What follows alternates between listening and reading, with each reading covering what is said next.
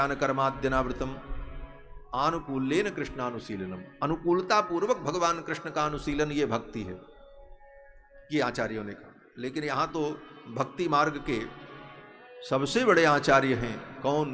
बोले देवर्षि नारद। नारद जी ने तो भक्ति सूत्र ही लिख डाला, नारद भक्ति सूत्र।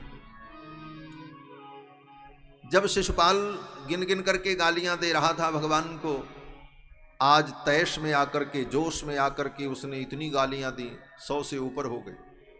भगवान की प्रतिज्ञा थी जिस दिन 100 से ज्यादा अपराध करेगा उस दिन इसे मैं मार दूंगा। भगवान ने अपने सुदर्शन चक्र से शिशुपाल का सिरच्छेद कर दिया। लोगों ने देखा युधिष्ठिर की सभा में शिशुपाल के शरीर से एक दिव्य ज्योति निकली और भगवान गोविंद के चरणों में विलीन हो गई। इस दृश्य को देख करके सबको बड़ा आश्चर्य हुआ। जो भगवान को गालियां दे रहा था वो भगवान में सायुज्य को प्राप्त हो गया, भगवान में विलीन हो गया। युधिष्ठिर को बड़ा आश्चर्य हुआ, इस पापी को तो नरक में भी जगह नहीं मिलना चाहिए था, भगवान को गालियां देता रहा और ये भगवान में ही सायुज्य को प्राप्त हो गया। ये कैसा चमत्कार! ये मन में संदेह उत्पन्न हुआ। तो युधिष्ठिर ने नारद जी से पूछा, नारद जी वहीं पर थे। और किससे पूछते? देवर्षि नारद से पूछा। नारद जी भक्ति मार्ग के परमाचार्य हैं, इन्होंने भक्ति सूत्र का प्रणयन किया।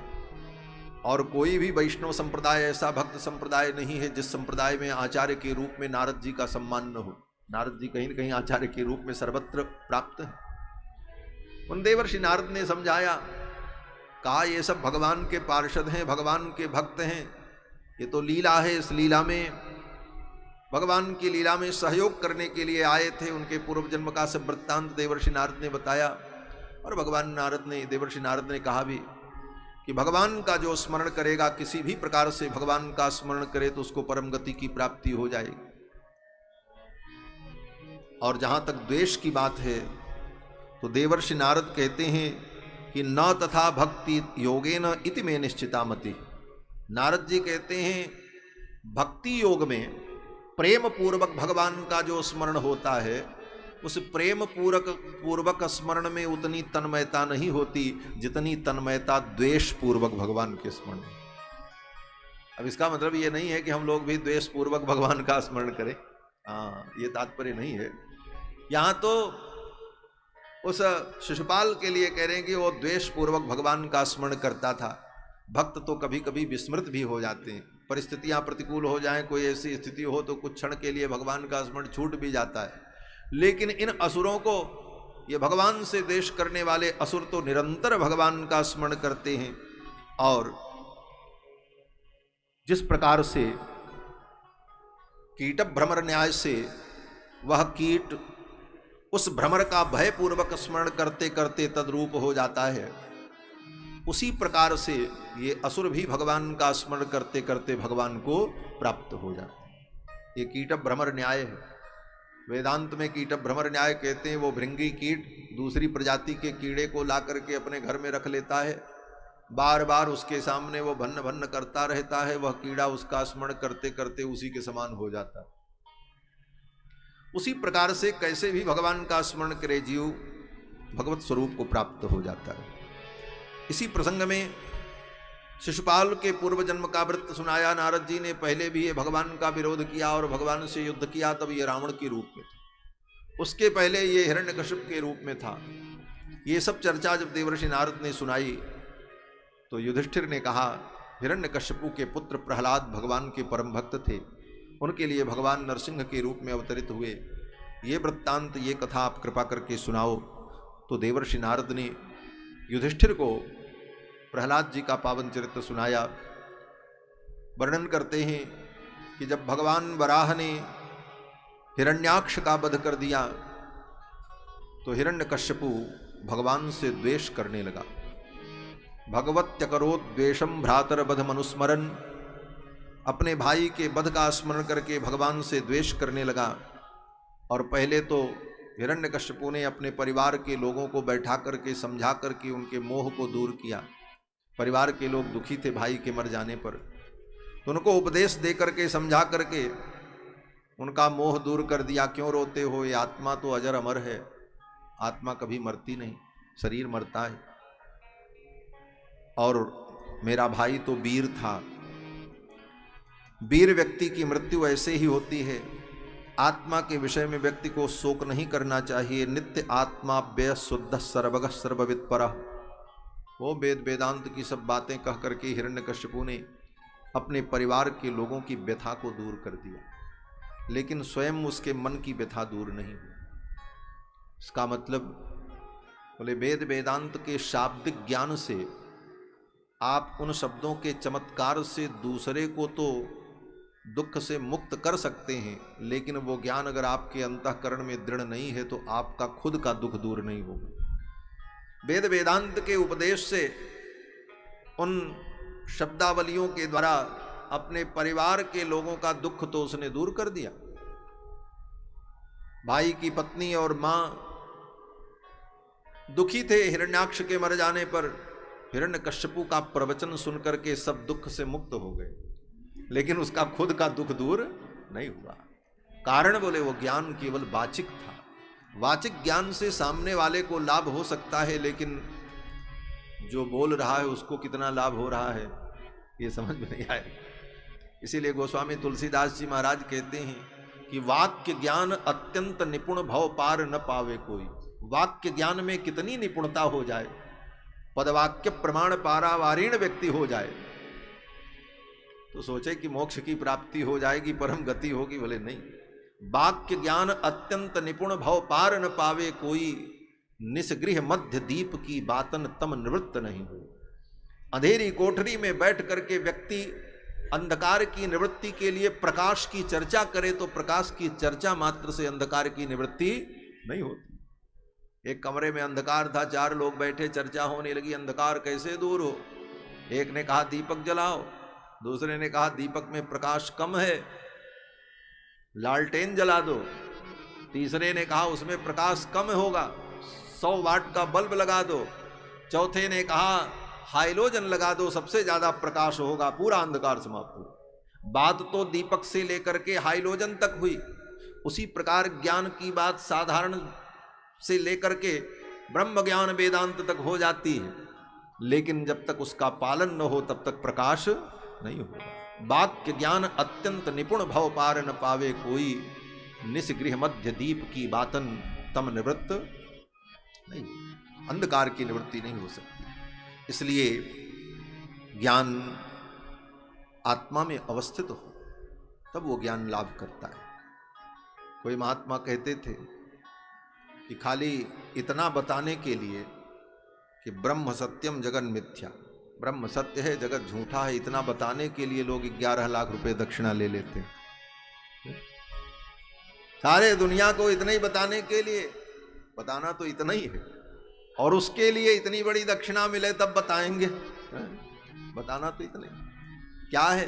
बोले वो केवल बताना मात्र है, केवल वाणी तक सीमित है। अगर वो जीवन में यथार्थ में हो जाए तो फिर सारा प्रपंच ही खत्म हो जाएगा। बात तो सत्य ही है, कड़वा सच है और सब समझते हैं, हम आप सभी समझते हैं। लेकिन भगवान की लीला विडंबना यही है कि इसी गति से सबको चलना है। बंधुओं, हिरण्यकश्यपु का दुख दूर नहीं हुआ, उसके मन में द्वेष की भावना बनी रही और भगवान से बदला लेने के लिए उसने सोचा पहले मैं शक्ति अर्जित करूं तब मैं बदला लूं। शक्ति अर्जित करने के लिए हिरण्यकश्यपु तपस्या करने जाता है। मंदराचल की उपत्यका में जाकर के पैर के अंगूठे के बल खड़े होकर के 10,000 वर्ष तक हिरण्यकश्यपु ने तप किया। सतेपे मंदर द्रोण्याम तपः परम दारुणम ऊर्ध्वबाहु नभो दृष्टि पादांगुष्ठाश्रितावनी। पैर के अंगूठे के बल खड़े होकर दोनों हाथों को ऊपर उठाकर आंख फाड़ करके आकाश में देखते हुए 10,000 वर्ष तक ब्रह्मा जी की आराधना की महाराज। तब इतनी शक्ति उसको प्राप्त हुई। ये असुर भी बड़ी विलक्षण महाराज। देखो कभी कभी मैं सोचता हूं कि आजकल के कलयुग के उन नास्तिक और दुष्टों से ये असुर कहीं अच्छे थे। क्यों? बोले इनके अंदर केवल एक कमी थी। क्या कमी थी? बोले ये दूसरे को धर्म करते नहीं देखना चाहते, स्वयं धर्म करते थे। यही एक कमी थी। रावण जितना धर्म करता था, वाल्मीकि रामायण उठा करके पढ़ो, अग्निहोत्र करता था, संध्या वंदन करता था, विद्याव्रत स्नातक था, केवल विद्या स्नातक नहीं था, विद्याव्रत स्नातक, ये होना बड़ा कठिन है। ये सब सूत्र ग्रंथों में वर्णन है। विद्याव्रत स्नातक होना, और रावण विद्याव्रत स्नातक था, त्रिकाल संध्या करता था, अग्निहोत्र करता था। हनुमान जी महाराज जब लंका में पहुंचे, ब्रह्म मुहूर्त में लंका में घूम रहे थे, तो हनुमान जी ने क्या देखा? बोले सुस्राव ब्रह्म घोषान सविरात्रे ब्रह्म राक्षस।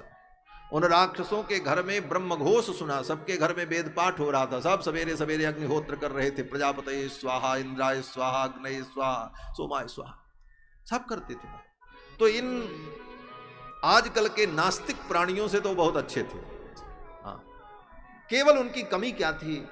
बोले एक कमी यह थी कि अहंकार के कारण देवताओं से उनकी प्रतिस्पर्धा थी।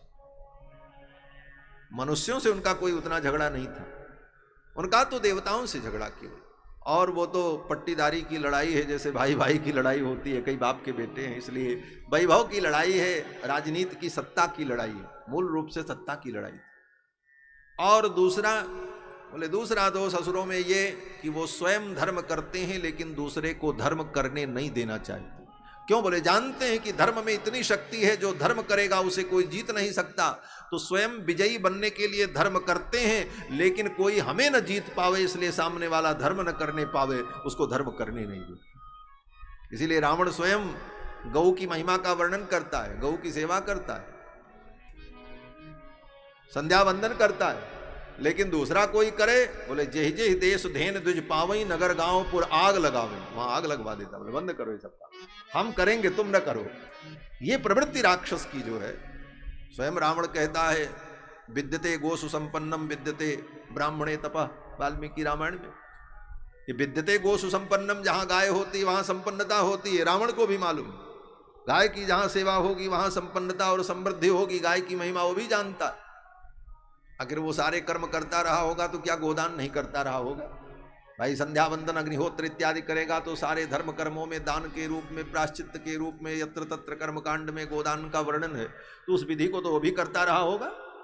किस यज्ञ में कितनी गाय के दान का विधान है, किस यज्ञ में कितनी गाय के दान का विधान है, सब करता था।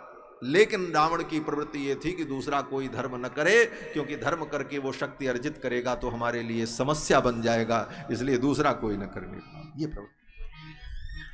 हिरण्यकश्यप भी यही करते, और इसलिए धर्म न करे कि ये धर्म करेंगे तो हमारे विरोधी बलवान बन जाएंगे, असुर बल देवता बलवान बन जाएंगे। हिरण्यकश्यप ने ब्रह्मा जी की तपस्या की, मारा 10,000 वर्ष तक ऐसा कठिन तप किया, ब्रह्मा जी प्रसन्न हो गए। ब्रह्मा जी आए, ब्रह्मा जी ने कहा उत्तिष्ठोत्तिष्ठ भद्रंते तपस्सिद्धोऽसि काश्यप, हे कश्यप के पुत्र तुम्हारी तपस्या सिद्ध हो गई, उठो, वरदो हम अनुप्राप्तो, वरदान देने के लिए मैं तुम्हारे पास आया हूँ, जो चाहिए मांग लो। हिरण्यकश्यपु ने कहा मैं अमर हो जाऊं। ब्रह्मा जी ने कहा ये तो नहीं हो सकता। बोले तब? बोले तो और कुछ मांग लो। तो हिरण्यकश्यपु ने कहा फिर आपकी बनाई हुई सृष्टि के किसी प्राणी से मेरी मृत्यु न हो, न मेरी मृत्यु घर में हो, न दिन में हो, न रात में हो, न अस्त्र से हो, न शस्त्र से हो, न मनुष्य से हो, न पशु से हो। आपकी बनाई हुई सृष्टि के 84 लाख प्राणी में से किसी प्राणी से मेरी मृत्यु न हो। ये सब अपना घुमा फिरा करके जालसाजी करके वरदान मांग लिया। ब्रह्मा जी ने कहा ठीक है तथास्तु, ऐसा ही होगा। ब्रह्मा जी चले गए। उसके बाद हिरण्यकश्यपु ने स्वर्ग आदि लोकों को जीत करके अपने वश में कर लिया और एक छत्र राज्य करने लगा। भगवान को ढूंढने लगा, विष्णु कहाँ मिलेंगे। जहां जहां गया कहीं भगवान नहीं मिले। भगवान कहाँ चले गए? बोले भगवान हिरण्यकश्यपु के हृदय में जाकर के छिप गए। स्वयं हिरण्यकश्यपु के हृदय में जाकर के भगवान विराजमान हो गए। सब जगह ये मुझे ढूंढेगा, अपने हृदय के अंदर नहीं ढूंढेगा। जब नारद जी को ये बात पता चली तो नारद जी ने भगवान से पूछा, प्रभु वो आपको मारने के लिए ढूंढ रहा था और आप उसी के हृदय में जाकर के छिप गए। कहीं वो सिर झुका करके देख लेता तब तो आप पकड़े जाते। भगवान ने कहा मैं जानता हूं वो इतना अभिमानी है कि कभी सिर झुका ही नहीं सकता, इसलिए अपने अंतःकरण में मुझे नहीं देख सकता। इसीलिए तो मैंने उस स्थान को सुरक्षित समझा और भगवान जाकर के हिरण्यकश्यपु के वक्ष में हृदय में विराजमान हो गए। ऐसे भी भगवान सबके हृदय में तो विराजमान ही रहते सर्वदा।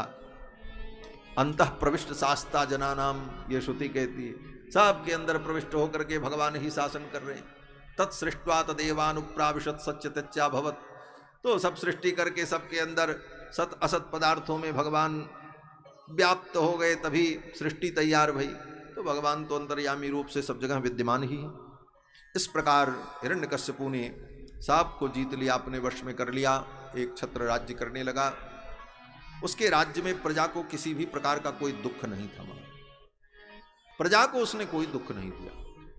नारद जी महाराज कहते हैं उसके राज्य में तो महाराज तथा काम दुघाद्योस्तु नानाश्चर्य पदम नभ, हिरण्यकश्यपु के राज्य में समस्त कामनाओं की पूर्ति आकाश के द्वारा ही हो जाती थी। तथा काम दुघाद्योस्तु, किसी व्यक्ति को कोई वस्तु चाहिए, परिश्रम करने की जरूरत नहीं। स्वर्ग से भी विलक्षण आनंद उसने उत्पन्न कर दिया था अपने प्रताप से। स्वर्ग में जैसे कुछ नहीं करना पड़ता। स्वर्ग में आप रहो, बोले हमको रसगुल्ला खाना है, तो मृत्युलोक में तो रसगुल्ला खाना है तो दूध लाओ, छेना लाओ, चीनी लाओ, तब रसगुल्ला बने और बनाने में 2-4 घंटा लगे, तब उसका स्वाद मिलेगा। लेकिन स्वर्ग की दिव्यता क्या है? बोले न दूध की जरूरत, न चीनी की जरूरत, न छेना की जरूरत, बस केवल रसगुल्ला खाने की इच्छा करो, कल्प वृक्ष तुमको रसगुल्ला दे देगा। वहां कल्प वृक्ष है, चिंतामणि है, आपके चिंतित पदार्थ को तुरंत प्रकट कर देगी। यही स्वर्ग की दिव्यता है। स्वर्ग में और क्या है? स्वर्ग का मतलब है बिना कुछ किए, बिना किसी उपाय के, बिना परिश्रम के तुम्हारी सारी इच्छाएं पूरी होती रहे, इसी का नाम स्वर्ग। स्वर्ग और क्या है? इसीलिए वहां 3 वस्तुएं व्यवस्थित कर दी गई, कामधेनु, कल्पवृक्ष और चिंतामणि। जो चाहो प्राप्त करो, कुछ करने की जरूरत नहीं। जैसे 5 स्टार होटल में कोई जरूरत नहीं, केवल घंटी दबाओ, क्या चाहिए बोल दो, सामान आपके पास आ जाएगा। कहाँ से आएगा, कैसे आएगा, ये आपको सोचने की जरूरत नहीं है, लेकिन बिल भुगतान आपको करना पड़ेगा। उसी प्रकार स्वर्ग में वस्तुओं का संग्रह कैसे होगा, कहाँ से क्या सुख मिलेगा, बोले ये आपको सोचने की जरूरत नहीं, आप केवल बिल भुगतान करिए। और बिल क्या है? बोले पुण्य का बिल भुगतान करते रहिए। जब पुण्य समाप्त हो जाएगा तो क्षीणे पुण्य मर्त्यलोकम विशंति, पुण्य के क्षीण होने पर वहां से भगा दिए जाएंगे, चले आएंगे। तो ये स्वर्गीय आनंद है। तो स्वर्ग में इस प्रकार से सब कुछ बिना प्रयास के ही प्राप्त हो जाता है, पुण्य के प्रभाव से। लेकिन यहां तो महाराज हिरण्यकश्यपु ने कहा कि स्वर्ग के देवता आनंद भोगें, हमारी सारी प्रजा वो स्वर्गीय आनंद भोगेगी। उसने सर्वत्र ये व्यवस्था कर दी। वहां तो कल्प वृक्ष और कामधेनु देगी। और हिरण्यकश्यपु ने क्या किया? बोले उसने अपने शासन में वो व्यवस्था कर दी, जिसको जो चाहिए आकाश की ओर देखो, आकाश ही उसको वो वस्तु प्रदान कर देगा। किसी को रसगुल्ला खाना है, बोले मुंह बाओ, सीधे मुंह में टप से टपक जाए। हाँ, अलग से खाने की जरूरत ही नहीं, आकाश से ही रसगुल्ला गिरे। सोचो, कल्पना करो, कल्पना ही अगर ये है तो ऐसी दिव्य कल्पना करने वाला व्यक्ति कितना महान होगा महाराज। कि बताओ, स्वर्ग से ही, वो आकाश से ही सब कुछ प्राप्त हो जाए, जो चाहिए। नानाश्चर्य आकाश में होते। किसी को मनोरंजन करना हो तो मनोरंजन के लिए कहीं और जाने की जरूरत नहीं। नानाश्चर्य पदम नभा, आकाश में ही अनेक प्रकार के आश्चर्य प्रकट होते, मनोरंजन सबका हो जाता। किसी को थिएटर में जाने की जरूरत नहीं, किसी को कहीं जाने की जरूरत नहीं। ऐसी दिव्य व्यवस्था अपने प्रजा के सुख के लिए उसने किया। प्रजा को कोई दुख नहीं दिया। कहते हैं उसका बेटा प्रहलाद, 4 पुत्र थे हिरण्यकश्यप, प्रहलाद जी सबसे छोटे, भगवान के परम भक्त, जन्म से ही इनके अंदर भक्ति, देवर्षि नारद की कृपा से। एक दिन प्रहलाद की मां ने, कयाधु ने स्नान करा करके, श्रृंगार करके, सजा करके भेजा। कहा जाओ जाकर के पिताजी को प्रणाम करो। प्रहलाद जी आए, पिताजी को प्रणाम किया। पिता ने स्नेह पूर्वक प्रहलाद को उठा करके गोद में बैठा लिया और पूछा, बेटा बताओ तुम्हें क्या बात अच्छी लगती है? तत्साधु मन्ये सुरवर्य देहिनाम। प्रहलाद जी कहते हैं, हे पिताजी, मैं तो यही समझता हूं कि सबसे सुंदर बात यही है कि हित्वात्म पातम गृहमंधकूपम वनम गतो यद हरिमाश्रयेत। इससे अच्छी बात और दुनिया में कुछ नहीं होती। हिरण्यकश्यपु ने यही पूछा कि पप्रच्छ कथ्यताम वत्स मन्यते साधु यद भवान। हे बेटा तुम्हें कौन सी बात अच्छी लगती है? तो प्रहलाद जी ने यही कहा, सबसे अच्छी बात यही है कि हित्वात्मपातम गृहमंदकूपम वनम गतो यद हरिमाश्रयेत। तो ये संसार अंधा कुआं है, इस अंधे कुएं में गिरने से अच्छा है कि जंगल में चले जाएं और जाकर के भगवान का भजन करें। यही सबसे अच्छी बात है। और सब वेद पुराण पढ़ने के बाद अंतिम निर्णय निष्कर्ष यही है, सबका सार यही है। यथार्थ में सब कुछ पढ़ने के बाद जितनी बातें कही गई शास्त्र में, महता समारंभेण, शास्त्र के समस्त प्रकरणों में सब बातें जो कही गई, सबका उद्देश्य एक ही है, केवल भगवान का भजन करना। ध्रुव जी ने, प्रहलाद जी ने एक ही शब्द में, एक ही वाक्य में सार कह दिया। हिरण्यकशिपु को बड़ा क्रोध आया, अरे किसी मेरे विरोधी ने मेरे पुत्र की बुद्धि में भेद पैदा कर दिया। बुलाया संडामर्क को, कहा ले जाओ, ले जाकर के इनको आसुर धर्म सिखाओ, असुरों का जो धर्म है वो सिखाओ। असुरों का धर्म क्या है? बोले दूसरे को लूटना, खाना, मारना, यही तो असुरों का धर्म है। और हर व्यक्ति को अपने धर्म का पालन करना चाहिए, स्वधर्म का। इसलिए हिरण्यकशिपु ने कहा भाई इसको हमारा धर्म सिखाओ। इसीलिए वाल्मीकि रामायण में देखो, जहां राम जी को धर्म का विग्रह कहा तो वहीं रावण को भी धर्म का विग्रह कहा वाल्मीकि जी। राम जी के विषय में कहते रामो विग्रहवान धर्म।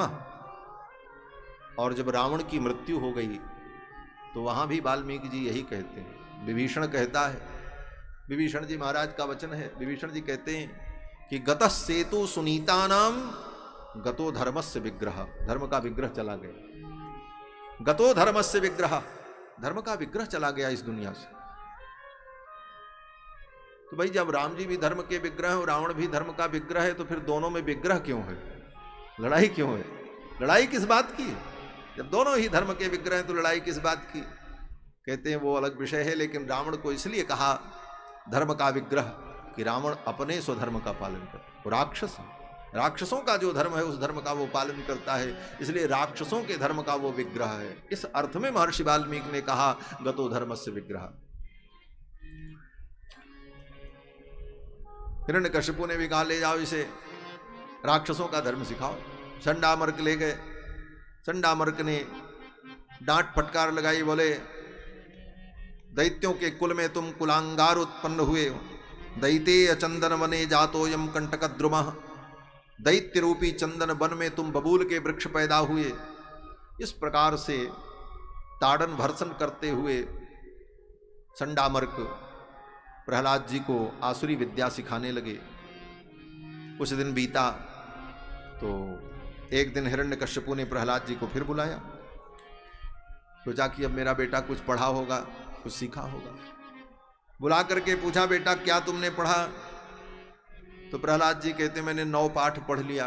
बोले 9 पाठ पढ़ लिया? बोले हाँ सुनाओ। तो प्रहलाद जी ने सुना दिया। श्रवणम कीर्तनम विष्णु स्मरणम पाद सेवनम अर्चनम वंदनम दास्यम सख्यम आत्मनिवेदनम। नवधा भक्ति। बोले ये 9 पाठ मैंने पढ़ा है। पहला पाठ पढ़ा श्रवणम, भगवान की कथा सुननी चाहिए। दूसरा पाठ मैंने पढ़ा कीर्तनम, भगवान का कीर्तन करना चाहिए। तीसरा पाठ पढ़ा विष्णु स्मरणम, भगवान का स्मरण करना चाहिए। इस प्रकार से नवधा भक्ति का जब वर्णन किया, स्मरणम कीर्तनम विष्णु स्मरणम पाद सेवनम, तो हिरण्यकश्यपु को बड़ा क्रोध आया। हिरण्यकश्यपु ने प्रहलाद को उठा करके अपनी गोद से पटक दिया। कुलांगार कुल कलंक, तू मेरे शत्रु की बात करता है।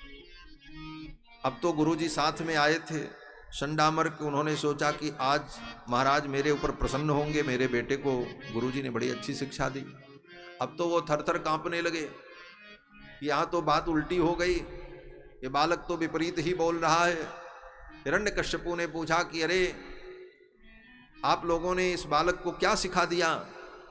तो संडामर्क जो आचार्य के पुत्र थे, उन्होंने हाथ जोड़ करके कहा महाराज नमत प्रणीतम न पर प्रणीतम सुतो बदत्तेश तवेन्द्र शत्रु। हे इंद्र शत्रु, ये आपका बेटा जो बोल रहा है ये मैंने नहीं पढ़ाया है। नमत प्रणीतम न पर प्रणीतम, किसी दूसरे ने भी नहीं पढ़ा है। क्यों? बोले ये हमारे पाठ्यक्रम में, सिलेबस में है ही नहीं है जो ये बोल रहा है, ये तो अलग से बोल रहा है, अपठित बोल रहा है, पठित नहीं। जैसे पहले हम लोग पढ़ते थे तो एक अपठित का पेपर होता था, आज से 20-25 साल पहले, वो जो विषय वस्तु से बाहर होता, तो उसी प्रकार संडामर्क कहते हैं नमत प्रणीतम न पर प्रणीतम सुतो बदत्ते शतवेंद्र शत्रु। बोले जब तुमने नहीं पढ़ाया, किसी ने नहीं पढ़ाया, तो ये बोल कहां से रहा? तो असुरों के आचार्य ने कहा कि नैसर्गिक मतिरस्य राजन, ये इसकी नैसर्गिक मति है, जन्मजात इसके संस्कार ऐसे हैं, इसलिए आप हमारे ऊपर क्रोध मत करो। अब तो हिरण्यकश्यपु को बड़ा क्रोध आया। हिरण्यकश्यपु ने कहा ले जाओ इसे, मार करके फेंक दो, ये मेरे शत्रु की बात करता है, मैं नहीं मारूंगा इसे, तुम लोग मार करके फेंक दो। हिरण्यकश्यपु चाहता तो उसी दिन प्रहलाद जी को मारने का उपक्रम करता, लेकिन असुरों से कहा ले जाओ इसे, मार के फेंक। हिरण्यकश्यपु ने भी सोचा कि नीति कहती है कि स्वयं अगर विष का भी वृक्ष लगाओ तो अपने हाथ से नहीं काटना चाहिए। मेरा बेटा है, मैंने पाला है, लेकिन भले मेरे शत्रु की बात करता, मैं इसे क्यों मारूं? इस नीति के तहत पहले उसने नहीं मारने की योजना बनाई, उसने कहा ले जाओ मार दो।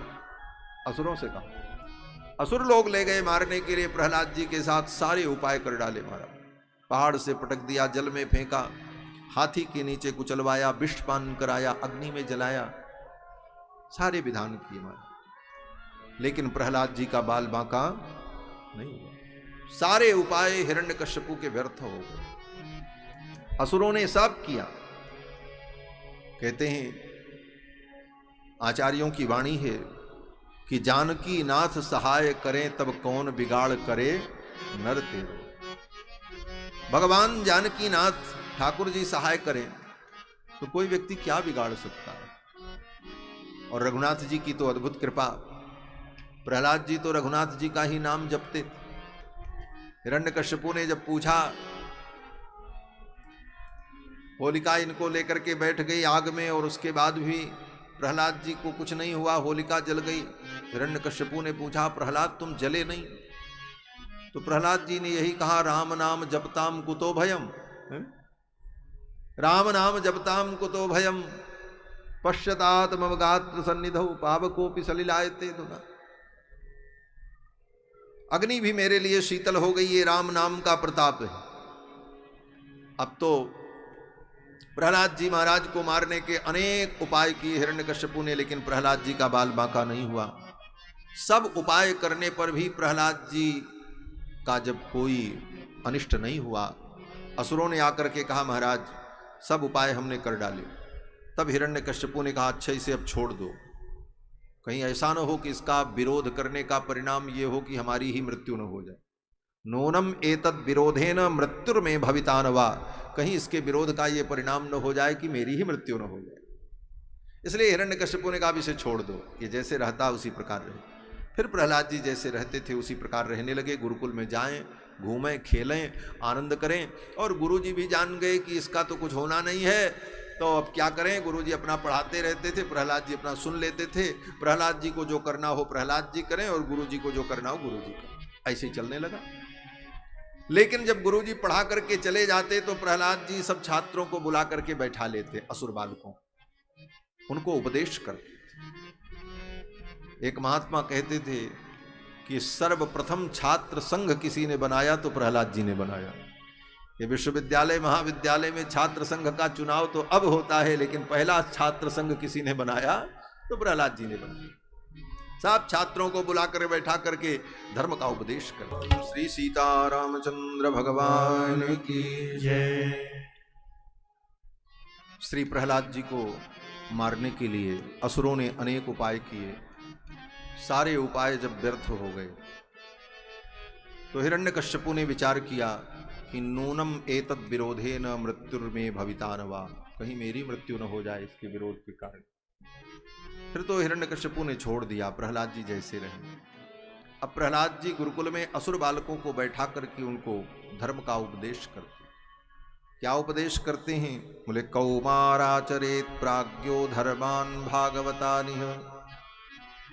असुर बालकों को उपदेश करते हुए प्रहलाद जी कहते हैं, हे बच्चों, हे कुमारों, हे बालकों, कुमार अवस्था से ही व्यक्ति को भागवत धर्म का पालन करना चाहिए। ये प्रहलाद जी का उपदेश आज के समय में उन व्यक्तियों के लिए उत्तर है। इनके लिए बोले जो लोग कहते हैं महाराज अभी से क्या भजन करें, बुढ़ापे में करेंगे भजन। अक्सर लोग कहते हैं अभी से कहाँ लग गए सब काम में, ये सब तो बाद में किया जाता है, रिटायर हो जाएं, बूढ़े हो जाएं, तब फिर सब धर्म कर्म करेंगे। लेकिन प्रहलाद जी का ये वचन ऐसे लोगों के लिए उत्तर है। प्रहलाद जी कहते हैं ये कभी नहीं सोचना चाहिए हम बुढ़ापे में भजन करें। हमारे पूज्य स्वामी जी कहा करते थे बुढ़ापे में भजन नहीं होता, बुढ़ापे में तो जवानी में किए गए भजन का केवल स्मरण होता है। हाँ? जवानी में भजन कर लो, भजन का मतलब भगवान की सेवा, संत की सेवा, भगवान नाम कीर्तन कथा श्रवण, ये भजन है। जवानी में सब कर लो, बुढ़ापे में कुछ होने वाला नहीं। बुढ़ापे में तो आपने जवानी में जो किया उसको बिस्तर पे पड़े पड़े स्मरण करो। जब हम स्वस्थ थे तो बद्री नारायण गए थे, हम ठीक थे तो 6-6 घंटा कथा श्रवण करते थे, इतनी माला जप लेते थे। अब तो शरीर शिथिल हो गया, कुछ नहीं। तो जवानी में किए गए भक्ति का बुढ़ापे में केवल स्मरण होता, फिर वो स्मरण ही भक्ति बन जाती है। लेकिन जवानी में किए रहे तब, और अगर ये सोचे कि हम बुढ़ापे में भजन करेंगे, जवानी ऐसे ही बीत गई तो बुढ़ापे में भी कुछ भजन नहीं होगा, संभव ही नहीं। हमारे पूज्य स्वामी जी कहा करते थे बुढ़ापे में मुंह में एक भी दांत नहीं रहेगा, राम राम कहोगे तो आम आम निकलेगा। मुंह में एक भी दांत नहीं रहेगा, राम राम भी शुद्ध नहीं कह पाओगे, क्या भजन होगा। कभी शरीर में इधर पीड़ा, कभी कोई रोग, कभी कोई व्याधि। ऐसी स्थिति में बुढ़ापे में कोई भजन नहीं होता। जवानी में हमने जो भजन किया, त्याग किया, साधना की, वृद्धावस्था में उसका स्मरण चिंतन ही भजन बन जाता है, बस। प्रहलाद जी कहते हैं कौमार आचरित प्राज्ञो धर्मान भागवतानि। क्यों? बोले दुर्लभम मानुषम जन्म तदप्यध्रुवमर्थदम। ये मनुष्य जन्म बहुत दुर्लभ है। कबहु की करि करुणा नर देहि, भगवान कभी करुणा करते हैं तो ये नर जीवन मिलता है। इसलिए बचपन से ही भागवत धर्म का पालन करना चाहिए। संसार के ऐन्द्रिक सुखों के लिए बहुत उतावला होने की जरूरत नहीं। प्रहलाद जी कहते हैं सुख मैन्द्रियकम दैत्या देह योगेन देहिनाम सर्वत्र लभ्यते दैवाद यथा दुःखमयत्नतः। लोग सुख के लिए भागते हैं। ये प्रहलाद जी का वचन कितना तार्किक है। नारद जैसे आचार्य से ज्ञान प्राप्त किए, इसलिए इनकी बातें बड़ी दमदार हैं। प्रहलाद जी कहते हैं देखो लोग सुख के लिए भागते हैं, हम ये करेंगे तो सुखी हो जाएंगे, ये करेंगे तो हमको ये सुख मिल जाएगा। प्रहलाद जी कहते हैं सुख और दुख दोनों देह के साथ ही उत्पन्न होता है। जिस प्रकार दुख व्यक्ति को बिना प्रयास के मिलता है, यथा दुःखमयत्नतः, दुख प्राप्त करने के लिए हम कोई यत्न नहीं करते। दुनिया में कोई व्यक्ति दुख पाने के लिए न कोई अनुष्ठान करता है, न कोई जप करता है, न किसी महात्मा से प्रार्थना करता है, न किसी मंदिर में मत्था टेकता है। कोई व्यक्ति दुख पाने के लिए तो कुछ नहीं करता कि जाता हो मंदिर में भगवान से कहे भगवान आप हमको दुख दे दो, किसी संत से प्रार्थना करे आप कृपा करो हमारे ऊपर विपत्ति आ जाए, हमें दुख मिले, अमुक अनुष्ठान करावें तो हमको दुख हो। दुख के लिए आप कोई प्रयास नहीं करते, दुख को मन से भी आप निमंत्रण नहीं देते। दुख से सदा बचना चाहते हैं, लेकिन बिना प्रयास किए, बिना चाहे दुख आ जाता है। अयत्नतः, बिना यत्न किए आ जाता है। उसी प्रकार जीवन में जितना सुख मिलना है वो सुख भी बिना यत्न किए आ जाएगा, तय बात। लेकिन ये बात समझ में नहीं आती। हम सुख के लिए यत्न करते हैं फिर भी सुख मिलता नहीं, और दुख के लिए कोई यत्न नहीं करते फिर भी दुख मिलता है। बोले फिर सत्य क्या? बोले सत्य यही है कि हमारे यत्न करने न करने से कुछ नहीं होता, जितना सुख दुख मिलना है उतना ही मिलता है। यही विधि का विधान है। प्रहलाद जी ने कहा असुर बालकों से कि भगवान की भक्ति करना चाहिए, जीवन मिला है भगवत भजन करने के लिए। हम अपने भजन से, भक्ति से भगवान को प्रसन्न कर लें। भगवान की प्रसन्नता ही सुख का मूल है। दैत्य बालकों ने कहा भगवान को प्रसन्न करने का क्या उपाय है? तो प्रहलाद जी ने कहा भगवान को प्रसन्न करने के लिए बहुत परिश्रम करने की जरूरत नहीं है। भगवान बड़े थोड़े में प्रसन्न हो जाते हैं। कैसे? बोले तस्मात् सर्वेषु भूतेषु दयाम कुरुत सौहृदम। हे असुरों, समस्त प्राणियों के प्रति दया का भाव रखो, इतने मात्र से भगवान तुम्हारे ऊपर प्रसन्न हो। लोगों के प्रति दया का भाव हो, यही भगवान को प्रसन्न करने का मूल मंत्र है। सभी जीवों के प्रति प्रेम भाव हो, दया का भाव हो, भगवान इतने से ही प्रसन्न हो जाते हैं। ये भगवान की सबसे बड़ी सेवा है। भगवान श्री राम जब वन की यात्रा पर जाने लगे तो भगवान श्री राम ने वशिष्ठ जी से पूछा, गुरुदेव, वन में रह करके हम ईश्वर की आराधना कैसे करेंगे? तो वशिष्ठ जी ने कहा, बस एक ही उपाय है। क्या उपाय? बोले, जेन केन प्रकारेण जस्य कस्यापि देहिनाम संतोषम जनयेद् राम तदेव हरिपूजनम। जिस किसी भी प्रकार से, जिस किसी प्राणी को हमारे आचरण से संतोष प्राप्त हो, सुख प्राप्त हो, यही भगवान की सबसे बड़ी आराधना। जेन केन प्रकारेण जस्य कस्यापि देहिनाम संतोषम जनयेद् राम तदेव हरिपूजनम, यही भगवान की पूजा है। प्रहलाद जी ने भी यही कहा कि सभी प्राणियों पर दया करो, आसुर भाव का त्याग करके सबके प्रति दया का भाव रखो, इतने से भगवान प्रसन्न हो जाएंगे। सभी बालक प्रहलाद जी का अनुकरण करने लगे। फिर प्रहलाद जी कीर्तन करें तो सभी असुर बालक कीर्तन करते, खूब कीर्तन होने लगा। जाकर के शंडामर्क ने कहा हिरण्यकश्यपु से, महाराज अब तो अनर्थ हो गया। बोले, क्या हुआ? बोले, अभी तक तो आपका बेटा आपके शत्रु का नाम लेता था, अब तो विद्यालय में सब बच्चे आपके शत्रु का नाम लेकर के कीर्तन करते हैं। आपके बेटे ने सबको बिगाड़ दिया, सब आपके शत्रु का नाम ले लेकर के कीर्तन करते हैं, अब तो कीर्तन ही होता है। हिरण्यकश्यपु को बड़ा क्रोध आया। हिरण्यकश्यपु ने प्रहलाद को बुलाया और हिरण्यकश्यपु ने डांटा, अरे मेरे क्रोध से इंद्र भी भयभीत होते हैं, मेरे क्रोध करने पर देवता डरते हैं और सब मेरे वशवर्ती हैं, और तुम इतने निर्भय हो, तुम्हें मुझसे कोई डर नहीं लगता, और तुम मेरे शत्रु का नाम लेते हो। किसके बल पर तुम निर्भय रहते हो? तो प्रहलाद जी ने यही कहा, पिताजी, जिसके बल से आप बलवान हैं उसी के बल से मैं भी निर्भय रहता। न केवलम में भवतश्च राजन सवै बलम बलिनाम चापरेशाम। जिनके बल से सभी बलशाली हैं, उन्हीं भगवान के भरोसे मैं भी निर्भय रहता हूं। हिरण्यकश्यपु को क्रोध आ गया। हिरण्यकश्यपु ने कहा, कहाँ है तेरा वो भगवान? बुला, मैं तेरे भगवान से ही पहले निपट लूं, तो उससे तो बाद में निपट लूं। प्रहलाद जी ने कहा, भगवान सब जगह है। प्रहलादस्ति यदीश्वरो बदहरि सर्वत्र। हिरण्यकश्यपु ने कहा, मैं दर्शय, मुझे दिखाओ, अगर वो सब जगह स्तंभे, इस स्तंभ में मुझे क्यों नहीं दिखता? प्रहलाद जी ने कहा, इस स्तंभ में भी भगवान है। हिरण्यकश्यपु उठा और दौड़ करके जाकर के उस खंभे पर एक मुष्टिका का प्रहार किया। खंभे पर मुष्टिका का प्रहार किया, खंभा टूट गया और खंभे के मध्य से गर्जना करते हुए नरसिंह भगवान प्रकट हो गए। बोलो श्री लक्ष्मी नरसिंह भगवान की जय। जो ही हिरण्यकश्यपु ने स्तंभ पर मुष्टिका का प्रहार किया, खंभा टूट गया और गर्जना करते हुए नरसिंह भगवान प्रकट हो गए। यस्तंभाद् गर्जमानो गगड गड़गड़ाद् बालचंद्राद् दृष्टः व्योमाभूत पाट्यमान पपट पटपटस्ताड्यमान सटाभि। गड़गड़ गड़गड़ की ध्वनि हुई और खंभा फटा और उसके मध्य से भगवान नरसिंह प्रकट हो गए गर्जना करते हुए। गर्जंतम गर्जयंतम निज भुज पटलम स्फोटयंतम हरंतम क्रंदंतम रोषयंतम दिश दिश सततम संडभंतम हरंतम वीक्षंतम घूर्णयंतम करनिकर्षतैः दिव्य सिंहम नमामि। गर्जना करते हुए नरसिंह भगवान खंभे से प्रकट हो गए। बड़ा भयानक रूप भगवान का।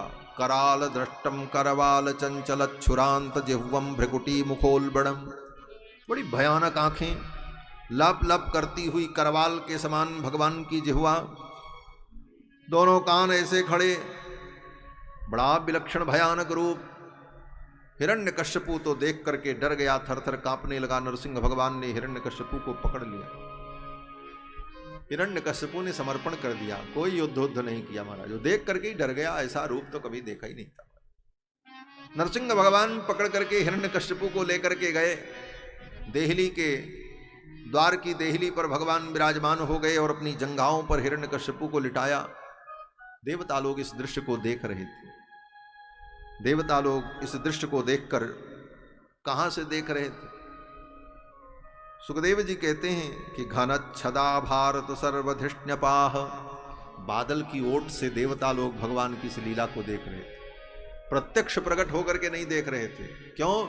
बोले सब इतने डरे हुए थे देवता लोग कि कहीं भगवान इसको न मार पाए, और इसने देख लिया कि मेरा मजाक उड़ा रहे थे देवता लोग, तब तो हमारी खैर नहीं, इसलिए छिप करके देख रहे थे। धृष्णपाह, ये देवता लोग घनच्छदा बादल की ओट में छिप कर देख रहे थे।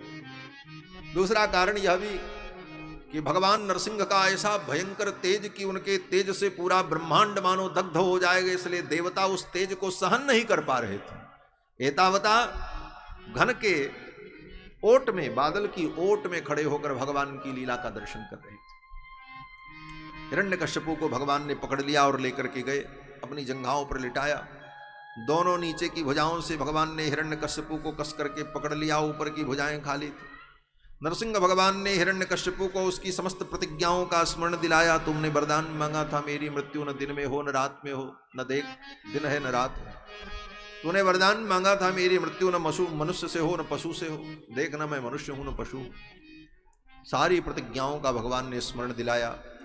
भगवान ने कहा, तूने वरदान मांगा था, मेरी मृत्यु न अस्त्र से हो न शस्त्र से हो, देख ये मेरे भयानक नख, ये अस्त्र हैं न शस्त्र हैं। ऐसा कहते हुए नरसिंह भगवान ने हिरण्यकश्यपु के वक्षस्थल में अपने नखों को धसाया और कर्र से कई बार पेट फाड़ दिया। वक्षस्तस्य विदारयन् निज नखैः वात्सल्यमापादयन् आर्तत्राणपरायणस्य भगवान् नारायणो मे गतिः नखांकुरोत्पाटितहृत्सरोरुहम्।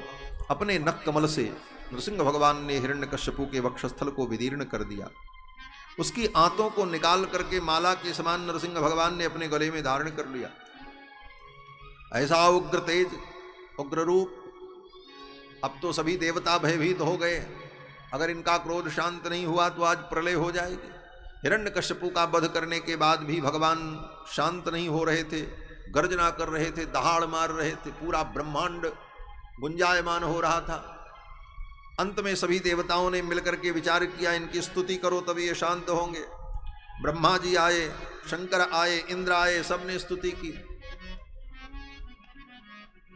अन्य पुराणों में तो यहां तक वर्णन है, भगवान शंकर आए, इनका क्रोध शांत करने के लिए हम युद्ध करें, जब ये थक जाएंगे तो शांत हो जाएंगे। अभी थके नहीं हैं, ये तो सीधे सीधे हिरण्यकश्यपु का पेट फाड़ दिए। युद्ध करते थकावट होती तो गुस्सा उतर जाता, तो हम थोड़ा युद्ध कर लें इनसे तो इनका गुस्सा उतर जाए। तो भगवान शंकर ने सिंह शार्दूल का रूप धारण किया, शलभ का रूप धारण किया। शलभ का रूप धारण करके अतिमानुषस्तव में कुरेश स्वामी ने इस कथा का स्मरण किया है। अतिमानुषस्तव में पंचस्तवी में शलभ का रूप धारण करके भगवान शिव आए। शलभ जो हो वो सरभ का स्वरूप कैसा होता है? बोले सरभ सिंह शार्दूल जो होता है उसका मुख सिंह के समान और नाक के पास एक बहुत बड़ी सूंड होती है। वो विलक्षण प्राणी होता है। वो अब आज के युग में पृथ्वी पर नहीं। उसके चित्र आकृति को आप पुराने मंदिरों में देख सकते हैं। उस रूप को धारण करके भगवान शंकर आए। वो इतना पराक्रमी होता है कि बड़े बड़े सिंह को चुटकी में वो समाप्त कर दे। भगवान शंकर सर्भ का रूप धारण करके आए और अपनी सूंड से नरसिंह भगवान को पकड़ने चले। तब तक नरसिंह भगवान ने उनकी सूंड को पकड़ लिया और ऐसे घुमाया उठा करके, और घुमा करके नरसिंह भगवान ने ऐसे फेंका तो सीधे कैलाश में जाकर के अपने स्थान पर अवस्थित हो गए। भगवान शंकर ने वहीं से प्रणाम कर लिया। उग्रम वीरम महाविष्णुम ज्वलंतम सर्वतोमुखम नृसिंहम भीषणम भद्रम मृत्यु मृत्यु नमामि। मृत्यु के लिए श्री कुरेश स्वामी जी महाराज कहते हैं, सरभो सलभो बभूव। भगवान नरसिंह के तेज के सामने सरभ बन करके आए हुए रुद्र भी सलभ हो गए। सलभ माने जैसे विद्युत के प्रकाश के सामने कोई कीट आ जाए तो वह कीट इस प्रकाश की ज्वाला में तेजहीन हो जाता है, उसी प्रकार उनकी स्थिति हो गई। सब देवता स्तुति करके चले गए।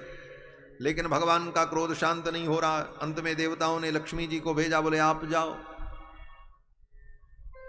साक्षात श्री प्रेषिता देवई, देवताओं ने भेजा आप जाओ।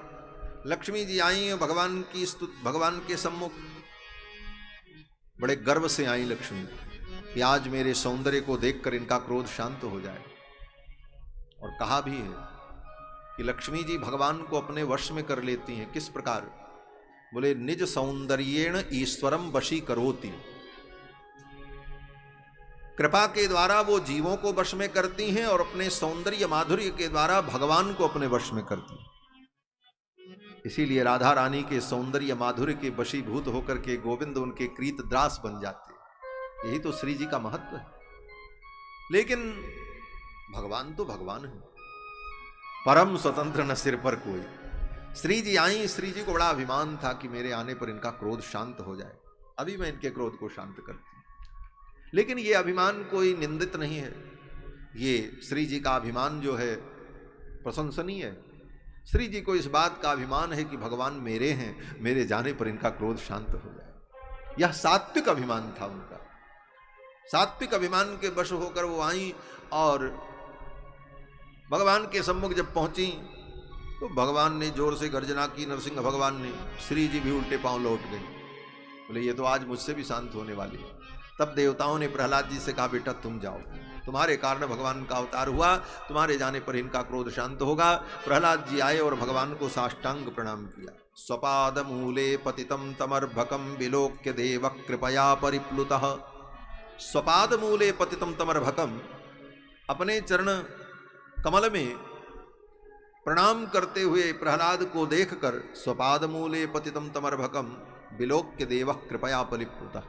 भगवान नरसिंह कृपा से परिपूरित हो गए, कृपा के समुद्र में मानो गोता लगाने लगे।